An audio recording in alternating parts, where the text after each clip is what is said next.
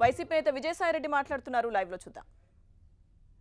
ముఖ్యంగా డీజీపీ ఆర్పి ఠాకూర్ విషయంలో మా పార్టీ న్యాయం జరగలేదు అన్నటువంటి విషయాన్ని భావిస్తూ ఉంది. ఆర్పి ఠాకూర్ గారు మొట్టమొదటి నుంచి అపాయింట్మెంట్ జరిగినటువంటి మొట్టమొదటి రోజు నుంచి కూడా ఈ రోజు వరకు తెలుగుదేశం పార్టీ ఒక కార్యకర్తలాగా పనిచేస్తున్నారన్నటువంటి విషయం ప్రజలందరికీ కూడా తెలుసు. నంద్యాల బై ఎలక్షన్లో తను ఏం చేశాడన్నటువంటి విషయం తన మనస్సాక్షికి తెలుసు.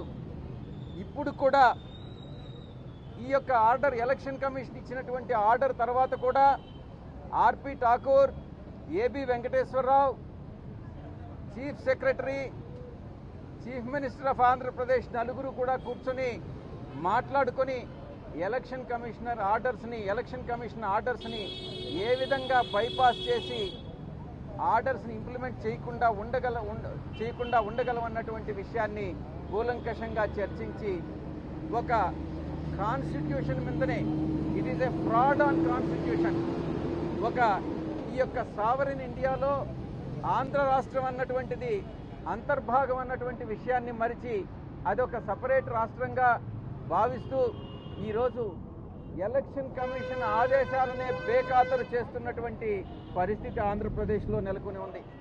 గతంలో మేము ఇన్కమ్ ట్యాక్స్ని లెక్క చేయము, మాకు అనుమతి లేదంటారు, సిబిఐకి అనుమతి లేదంటారు, ఏ కేంద్ర ప్రభుత్వ సంస్థలను అలౌ చేయమంటారు. ఇప్పుడు స్వతంత్ర రాజ్యాంగ సంస్థ అయినటువంటి ఎలక్షన్ కమిషన్ ఆఫ్ ఇండియానే చంద్రబాబు నాయుడు బేఖాతరు చేస్తున్నటువంటి పరిస్థితి. ఇది ఒక రాజ్యాంగమైనటువంటి రాజ్యాంగపరంగా ఒక క్రైసిస్, ఇది కాన్స్టిట్యూషనల్ క్రైసిస్ అని చెప్పుకోవచ్చు. దీనికి మూలకారకుడు ఆర్పి ఠాకూర్ అన్నటువంటి విషయం మనం మర్చిపోకూడదు. ఆర్పి ఠాకూర్ మరొక విషయాన్ని కూడా మేము కమిషన్ ముందుకు దృష్టికి తీసుకొచ్చాం. ఈ నెల 24వ తారీఖు ఆర్పి ఠాకూర్ 35 కోట్ల రూపాయలు తన కాన్వాయ్లోనే, తన కారులోనే అమరావతి నుంచి ప్రకాశం జిల్లాకి తరలించడం జరిగింది. ఈ రకంగా ఒక తెలుగుదేశం తొత్తుగా కార్యకర్తగా పనిచేస్తున్నటువంటి ఈ ఆర్పి ఠాకూర్ని ఇమ్మీడియట్గా ట్రాన్స్ఫర్ చేస్తే గానీ ఫ్రీ అండ్ ఫెయిర్ ఎలక్షన్స్ జరగవు అన్నటువంటి విషయాన్ని మేము కమిషన్ దృష్టికి తీసుకొచ్చాం. గతంలో అదేవిధంగా మేము వివిధ పొజిషన్స్లో ఉన్నటువంటి పోలీస్ ఆఫీసర్ ట్రాన్స్ఫర్స్ అడిగాం. దామోదర్ నాయుడిని ట్రాన్స్ఫర్ చేయలేదు, ఘట్టమనేని శ్రీనివాసరావుని ట్రాన్స్ఫర్ చేయలేదు, యోగానందుని ట్రాన్స్ఫర్ చేయలేదు, ప్రకాశం జిల్లా కలెక్టర్ని ట్రాన్స్ఫర్ చేయలేదు, ఏం పేరన్నా ఆయన పేరు ప్రవీణ్, చిత్తూరు జిల్లా ఎస్పీని ట్రాన్స్ఫర్ చేయలేదు, గుంటూరు రూరల్ ఎస్పీని ట్రాన్స్ఫర్ చేయలేదు. మేము ఏదైతే నివేదించామో ఎలక్షన్ కమిషన్కి వాటిలో సింహ భాగాన్ని ఎలక్షన్ కమిషన్ యాక్సెప్ట్ చేయలేదన్నటువంటి విషయాన్ని మరొకసారి ప్రస్తావిస్తూ ఎలక్షన్ కమిషన్కి మేము నివేదించుకోవడం జరిగింది. దానిపై తప్పకుండా చర్యలు తీసుకుంటారనని మేము భావిస్తూ ఉన్నాం, మేము రిక్వెస్ట్ చేశాం కూడా. మరొక అంశం ఇప్పుడు చెప్పుకోవాల్సింది, మీ దృష్టికి తీసుకురావాల్సింది, ప్రజాశాంతి పార్టీకి అలాట్ చేసినటువంటి ఎన్నికల సింబల్ గతంలో మేము ఎలక్షన్ కమిషన్కి రిప్రజెంట్ చేశాం. ఈ యొక్క హెలికాప్టర్ సింబల్ వింగ్స్ అన్నటువంటివి ఫ్యాన్ను పోలి ఉన్నాయి కాబట్టి మార్చాల్సినటువంటి అవసరం ఉంది అని ఇప్పుడు 35 పేర్లు అసెంబ్లీకి సంబంధించి, 4 పార్లమెంటుకి సంబంధించినటువంటి పేర్లు ఏదైతే ఉన్నాయో అభ్యర్థుల పేర్లు, ప్రజాశాంతి పార్టీ అభ్యర్థుల పేర్లు కరెక్ట్గా ఎగ్జాక్ట్గా వైఎస్ఆర్ కాంగ్రెస్ పార్టీ అభ్యర్థులు ఎవరైతే పేర్లున్నాయో వాళ్ళకి పోలినటువంటి పేర్లని వాళ్ళని ఎంపిక చేసి దురుద్దేశంతో వైఎస్ఆర్ కాంగ్రెస్ పార్టీ ఓట్లను కూలగొట్టాలన్నటువంటి ఒకే ఒక దురుద్దేశంతో చంద్రబాబు నాయుడుతో ఈ యొక్క కేఏ పాల్ లాలూచీ పడి డబ్బులు తీసుకుని ఈరోజు ఎక్కడి నుంచో హూస్టన్ అమెరికా నుంచి వచ్చి ఇక్కడ రాజకీయాలు నడుపుతా ఉన్నాడు. డబ్బులు కాసిపడి డబ్బులకు అమ్ముడుపోయినటువంటి వ్యక్తి కేఏ పాల్. ఆ వ్యక్తికి సంబంధించినటువంటి ఆ యొక్క అల్టీరియర్ మోటివ్తో తను ఈ రకంగా చేశాడో దాన్ని ఎలక్షన్ కమిషన్ దృష్టికి తీసుకొచ్చాం. సింబల్ మార్చాల్సినటువంటి విషయాన్ని అవసరాన్ని మేము ఎలక్షన్ కమిషన్ దృష్టికి తీసుకొచ్చాం. కండువా కలర్స్, ఫ్లాగ్ కలర్స్ మార్చాల్సినటువంటి అవసరాన్ని కూడా ఎలక్షన్ కమిషన్ దృష్టికి తీసుకొచ్చాం.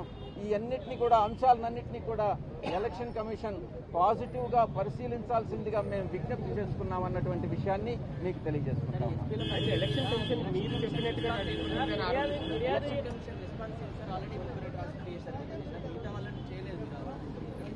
గతంలో ఎలక్షన్ కమిషన్ తీసుకున్నటువంటి నిర్ణయాలు ఏదైతే మేము టోటల్ డిమాండ్స్ పెట్టామో రిప్రజెంటేషన్, దాంట్లో 1-2 అంశాలు తప్ప మిగతా ఏటిని కూడా పరిశీలించి మాకు పాజిటివ్గా ఇవ్వలేదు.